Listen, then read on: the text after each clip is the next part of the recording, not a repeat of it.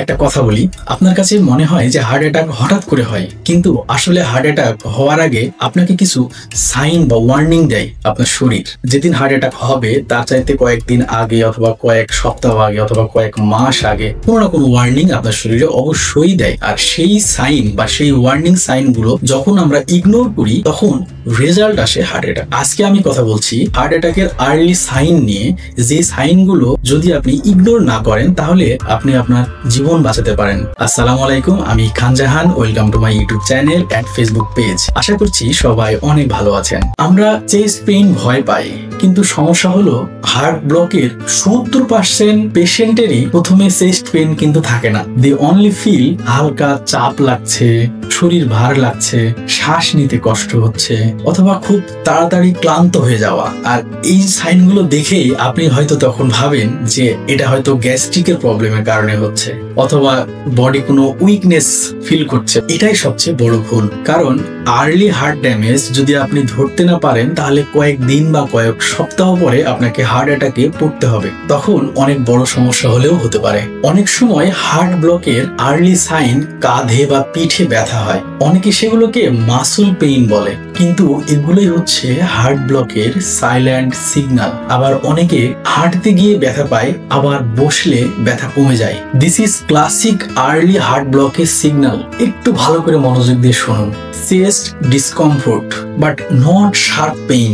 বুকে ব্যথা হচ্ছে কিন্তু অনেক তীক্ষ্ণ ব্যথা না। হার্ট ব্লক শুরু হলে চেস্টের চাপ বা টাইটনেস বা হেভিনেস যেন কিছু একটা ধরে রেখেছে, পেইন না, ডিসকমফোর্ট বেশি ফিল করে মানুষ। আবার শর্টনেস অফ ব্রিথ, মানে আগে 2 তলা উঠতে কোনো সমস্যা হতো না, এখন বাসার 2-3টা সিঁড়ি যখনই আপনি উঠেন তখন আপনার ব্রিদিংটা শর্টেজ হয়ে যায়। দেখা যাচ্ছে 1 তলা উঠলেও আপনার শ্বাস নিতে অনেক কষ্ট হচ্ছে। আবার সাডেন ফ্যাটিগ। সাডেন ফ্যাটিগে কি হয়? Energy drop, small work, a heavy weakness, এটা অনেক বড় সাইন। আবার লেফট আর্ম, জ এন্ড শোল্ডার পেইন হবে। আর্লি ব্লকেজে পেইন লেফট সাইডে রেডিয়েট করে, মনে হচ্ছে যেটা মাংসের মধ্যে ব্যথা, কিন্তু সেটার উৎপত্তি হয় হার্ট থেকে। আরেকটা কি আছে? প্যালপিটেশন, হৃদস্পন্দন বেড়ে যাওয়া, হার্টবিট ইররেগুলার বা খুব ফাস্ট লাগা, এটা কন্ডাকশন ব্লক বা আর্লি হার্ট ডিজিজের সিগন্যাল। আরো বেশ কিছু এরকম সাইন আছে, যেমন এক্সেস সুইটিং উইদাউট হিট, আপনি কোনো কাজ না করেও ঘাম বের হওয়া, কার্ডিয়াক স্ট্রেস এর early warning. Last, indigestion like feeling. অনেক হার্ট পেশেন্ট ভাবে যে এটি gastric, but real cause poor blood flow to heart. হার্টে যখন ব্লাড সার্কুলেশন একদম কমে যায় তখন এই ভাবটা আসে যে মনে হচ্ছে যে খাবার হজম হয়নি, পেটের মধ্যেই থেকে গেছে, বা গ্যাস্ট্রিকের কোনো প্রবলেমের ফিল হওয়া, এরকমটা লাগে।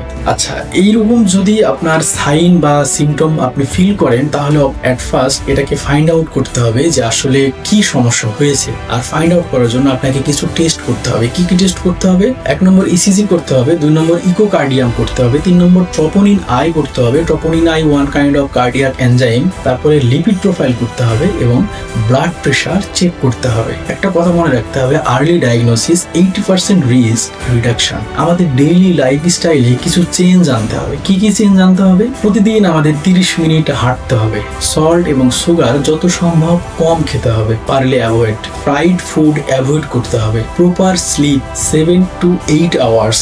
সঠিক সময়ে রাতের পর্যাপ্ত ঘুমাতে হবে। Stop smoking if possible. Stress control, প্রয়োজনে প্রতিদিন 5 মিনিট করে ডিপ ব্রিদিং করতে হবে। এবার আসি আপনি কোন সিচুয়েশনে ডক্টরের কাছে যাবেন। 1 নম্বর হচ্ছে যখন আপনার পেইন রেডিয়েটস টু আর্ম অথবা জ, রেস্ট নিলে কমে, হাঁটলে বাড়ে, সাডেন এক্সেসিভ সুইটিং, ব্রেথলেসনেস এট রেস্ট, এইরকম সিচুয়েশনে আপনাকে অবশ্যই ডক্টর দেখানো দরকার। আর লাইফস্টাইলে আরো কিছু জিনিস অ্যাড করতে পারেন, সেটা হলো ওমেগা 3 রিচ ফুড খেতে পারেন, এনাফ হাইড্রেশন, আপনাকে পর্যাপ্ত ডেইলি পানি পান করতে হবে, এবং আপনার ওয়েট যদি বেশি থাকে তাহলে ওয়েটটা কন্ট্রোল করতে হবে। হার্ট কখনো সাডেন ড্যামেজ হয় না, আপনার বডি আগে থেকেই ওয়ার্নিং দেয়। Those who listen survive, those who ignore suffer.